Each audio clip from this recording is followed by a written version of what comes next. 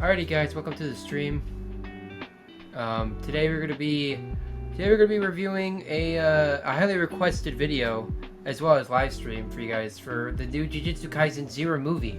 Today we're gonna be reviewing it, kind of giving our thoughts, what we think of it, and just kind of how we think it plays into the main series of Jujutsu Kaisen. Yeah, that's right.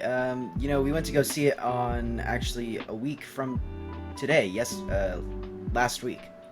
So, we thought it was really good, actually.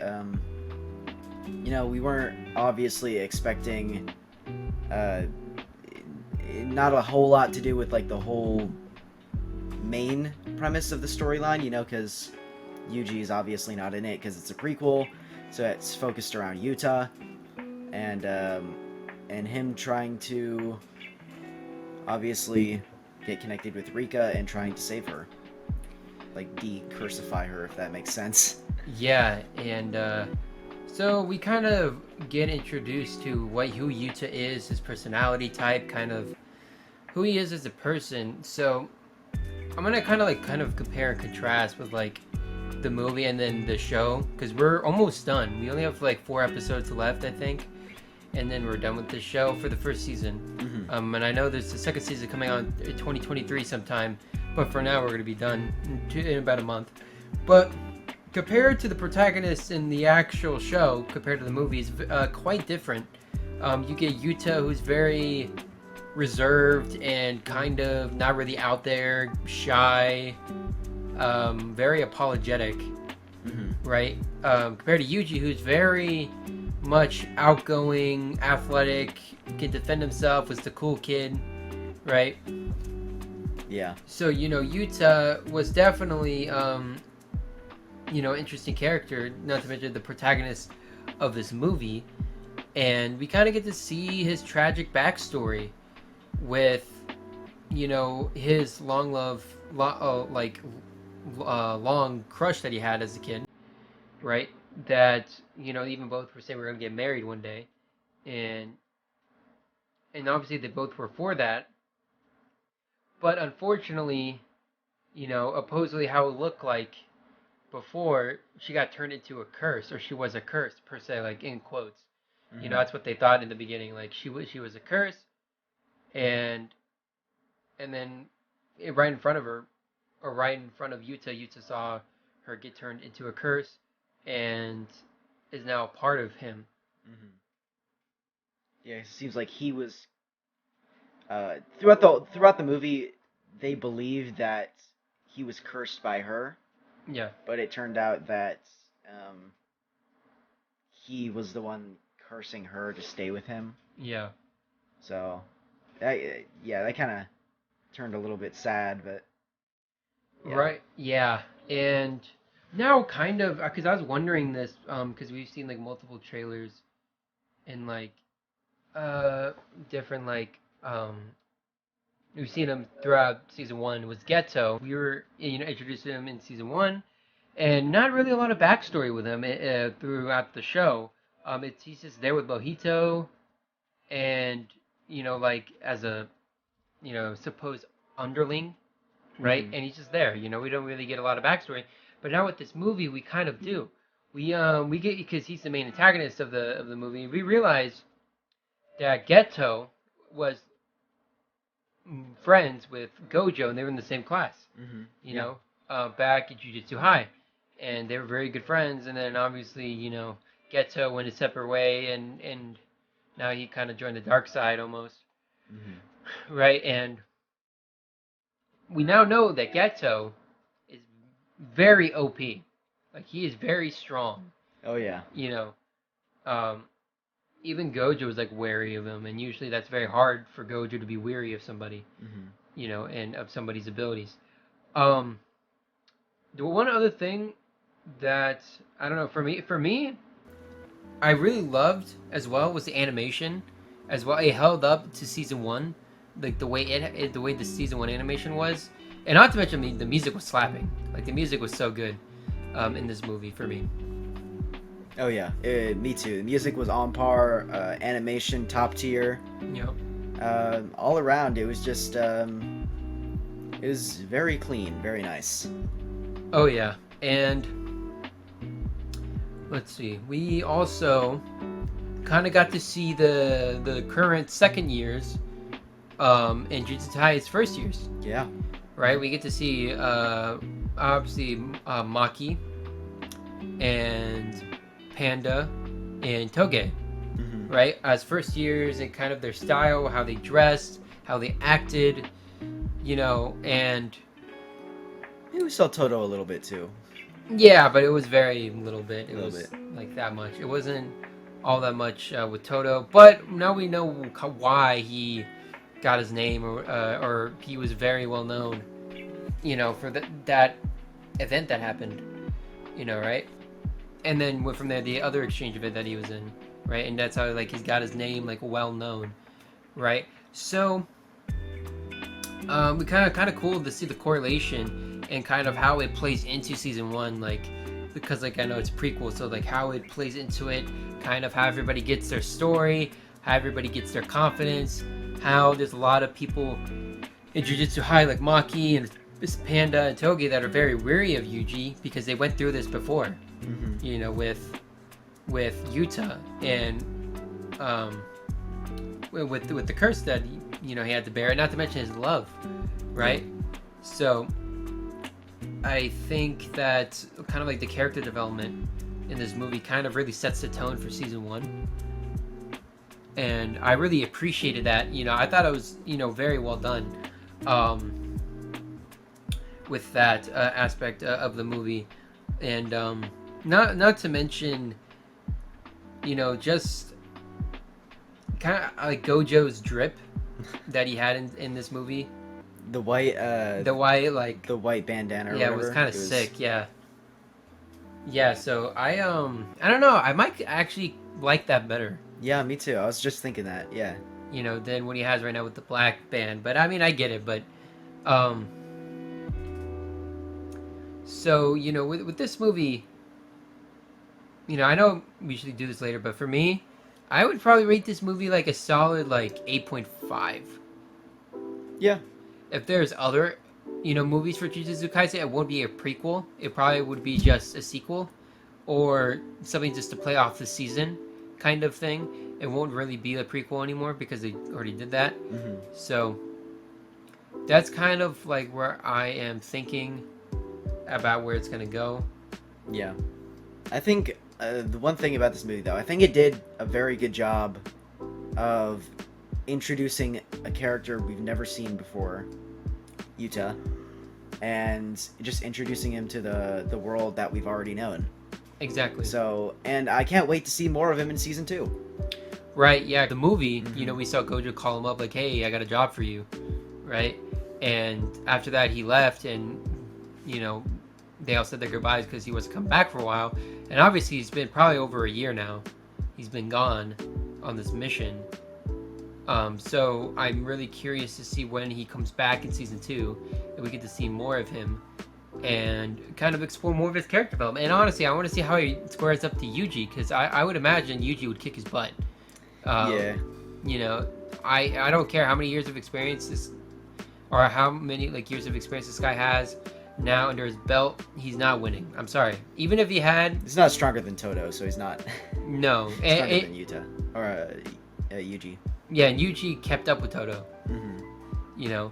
I honestly don't think he would be able to lay a hand on Yuji. Yuji's way too quick, and not to mention his combat skills like are unmatched. Besides Toto, like he's way too quick. Yeah. So I would like to see that match, but I don't think it would ever happen because Yuta's way too nice, and Yuji's very nice too. So he's like very just, but that's the one thing I will give actually Yuta and Yuji to be similar, is they both have a drive, like why they're gonna continue to fight, right, for whatever reason or for whoever, right, and they have the same resolve. You know what I'm saying? They're willing to sacrifice their life for their friends, which I thought was really cool. And I think it's kind of odd that they were even considering Yuta as a protagonist for Jujutsu Kaisen originally, for season 1, or like even just for Jujutsu Kaisen in general. I'm actually glad they didn't go that route. I'm telling you right now, I'm telling you right now that Jujutsu Kaisen would not be the same without Yuji.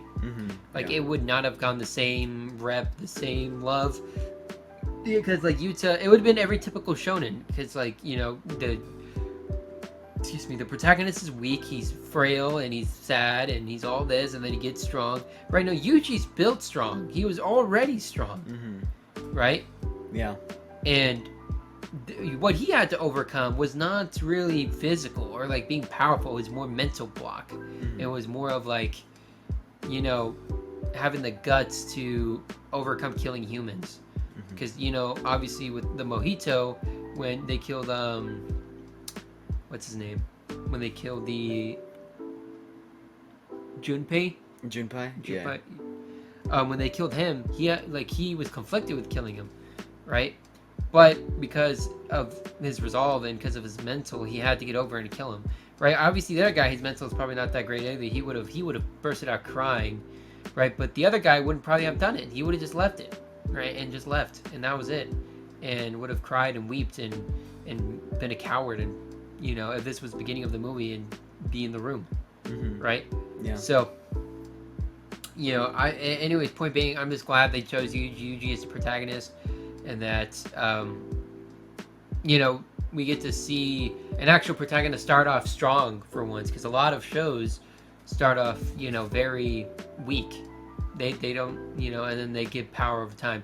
Yeah. But anyways, back to the movie kind of thing.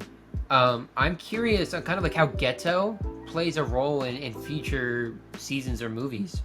You know, Geto, you know, was a rival and friend of, you know, of Gojo, yeah. Of Gojo, yeah, and he's obviously in season 1, right? So, you know, I'm curious where he, you know, comes into play more, you know, because I guarantee you he's not part of Mojito officially. Like, he's probably there with them for teaming up purposes. Yeah. But I guarantee he's not under him in any sense, because, you know, compared to Mojito to Geto, it's 2 different levels. I don't think Mojito's on Geto's level. You know, so because, like, you know, think again, like with Mojito and Jogo, obviously with Gojo, unfazed, right? But like with Geto, he's weary of Geto, right? Yeah. So I want to know when he's gonna be the main antagonist again. Maybe season 2. Maybe. Oh, yeah, you know, it would make sense if Yuta came back and Geto kind of took over and was the antagonist for that season. You know, because, you know, he has a lot of power, and not to mention, compared to Mojito, he has a lot of, like, control. Yeah. You know, like, over people. Like, he has a lot of alliances. Mojito doesn't have anything. Mojito just has the Gojo, Geto, and that's it. Or sorry, Gojo. Jogo and Geto. Right? That's pretty much all you really got. Where Geto had a whole army. Yeah. Right? So it's like, if you really look at it objectively, not to mention his power, but just who he has on his team, on his side, is just unmatched. Yeah, Geto is superior. Yeah, so I really want to see a Yuji versus Geto. I think that'd be quite interesting. With like with Sukuna came out, and like, I know that'd probably be unlikely because you want to see, you know, Yuji suffer, but Sukuna versus Geto, I think Sukuna would wreck Geto. I think. Yeah, I think that too. Yeah, I think he would last for a second, but then absolutely get clapped. Although I don't know, because Geto is supposedly on the same level as Gojo is, and Gojo kind of clapped Sukuna in the first couple episodes. Yeah, he was kind of playing around with him a little bit. So I don't know. I think it might be closer than we think. Maybe it could especially because Sukuna doesn't have all the fingers yet. You know what I mean? Yeah, well, just saying if he did. If he did, yeah. I think. Yeah. Gojo, on the other hand, it would be very close. But just because of his domain expansion with, like, Limitless, I don't know.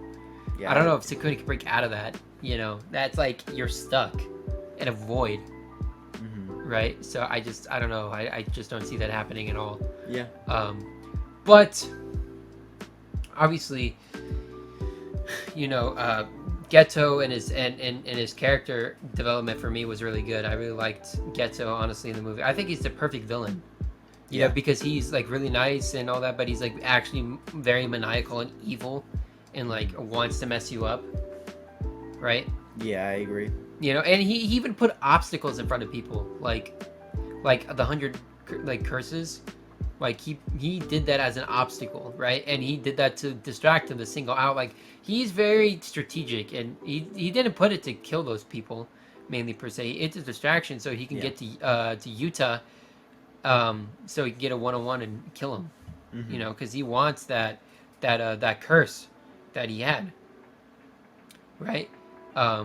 Because she was the special grade, and that's what he wants, because he can absorb the curses.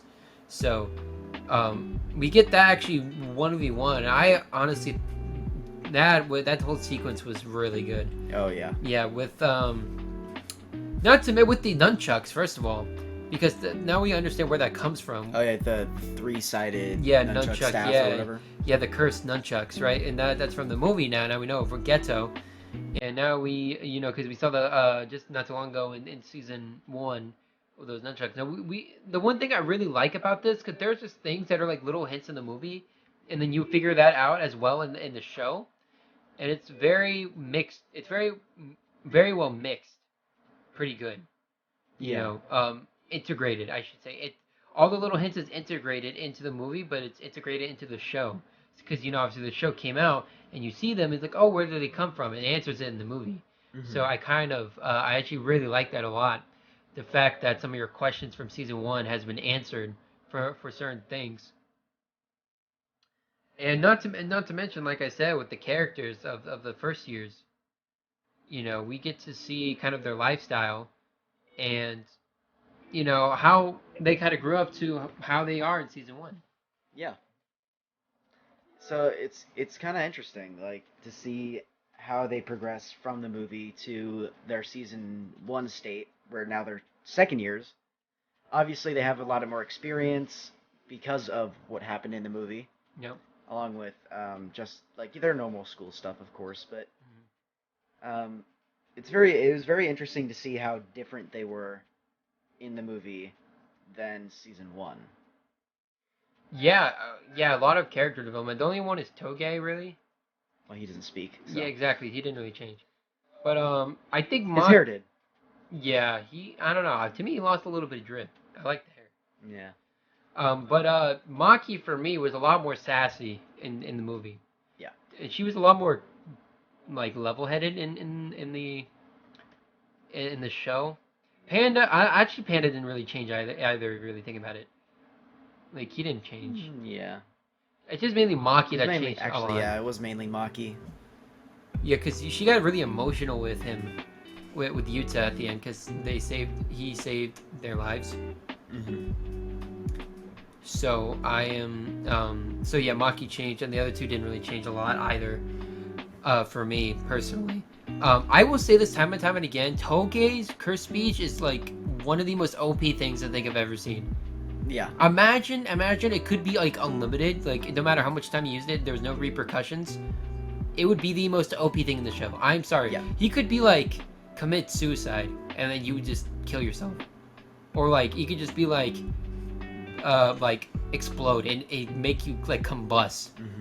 You know, like it's like, jeez, man, I just forget how OP Toge is. Yeah, they had to nerf him by giving him the like it hurts his throat. Yeah, they nerfed him, bro. They literally gave my man's like a Danimal's drink and just reboosted himself just to be able to use more cursed speech. Which I don't think Toge, in my opinion, really powered up at all. Since the little bit, like, he only could use a little bit more words for cursed speech. Because we saw it versus a special grade curse with Mojito and Hanami. Yeah. Right? Yeah, Hanami. Hanami, and Hanami. Toge, like, even when he used cursed speech against it, he only could do it a few times. The other time it was twice, and now it's like 3 to 4 times. So he upgraded just a little bit. Yeah. Right.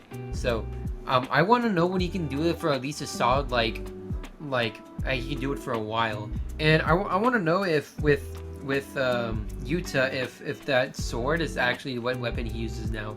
If he still uses that cursed object, or if he switched to something else, or I'm not sure. I would imagine he's using the same thing, probably. The sword, probably. So yeah, honestly, I'm starting to notice a pattern. People that don't use any weapons are a little more powerful. Mm-hmm. Because like Maki, Yuta. There was like another one, I think, but all of them don't really have they're good, but they're not like the best, like Toto and Yuji and Gojo and Geto, right? They don't use objects really to use cursed energy. They use their fists. They use their whole body. Mm-hmm. They don't put it into something. They put it into their body, right? Yeah. So again, I'm just curious how much stronger Yuta has gotten over this course from the movie to the show. Into season 2. It's been about a year. Yeah. So. Yeah, and he's on that mission, so I guarantee he's pretty decently strong now. Mm-hmm. I would say probably on the same level as Fushiguro, or a little bit stronger than him. Probably, yeah. Because, like a grade 2? Well, we don't know yet what grade they are. No, I'm saying, like, what do you think? Like, maybe around a grade 2? Well, he's labeled as a special grade, but he doesn't have the curse anymore. Well, yeah. So he's not a special grade anymore. But, realistically speaking, like season for the movie, it would have been like grade 3 or maybe even a grade 4. Like I wouldn't have given him anything really special. But now, because now he's like over a year, I would say probably a solid grade 2. Mm-hmm. Maybe pushing grade 1 depending on how he is. You know what I'm saying? Like how he's progressed. But I don't think anything higher than that. Yeah, I agree. Now with Yuji, I think he's already special grade. Just off his combat. Well, he's a special grade just because of Sukuna, but also no, his power. I just think he's honestly a special grade just because of his ability. Like, really? Yeah, I'm telling you, besides Toto, there's nobody that can move like him. That can move so, free will, almost like free willingly, like move like how you maneuver your body.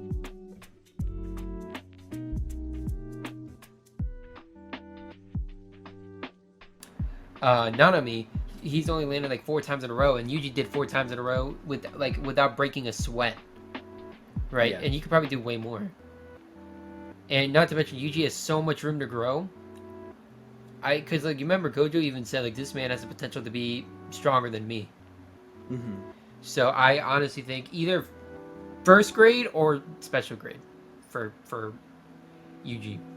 But anyways, yeah. Overall, I liked the movie. I thought it was really good. I think for a prequel, it's probably the best they could have done. Yeah. I really don't think there's any changes that would have made. I'm giving it a solid 8.5 out of 10. I think it was a great movie. I would definitely see it again. Now, was it the most complex story? No, not necessarily.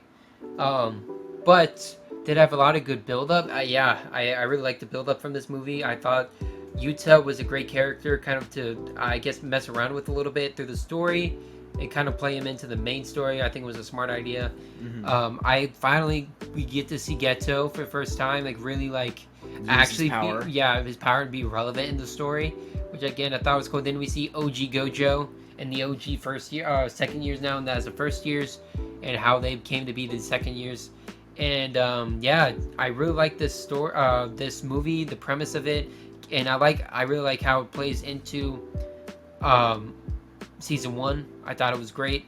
Would highly recommend you guys go see Jujutsu Kaisen 0 movie. I thought it was great. You guys should go see it.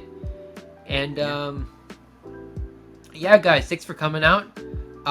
We're probably ended here. We do appreciate all you guys' support. And as always, if you guys want to see more live streams as well as other, our videos, make sure you guys like and subscribe. Give us a follow here on our Twitch channel. And we're almost at 900 subs on YouTube. So again, go follow us there, subscribe, and we'll see you guys in the next video. Peace.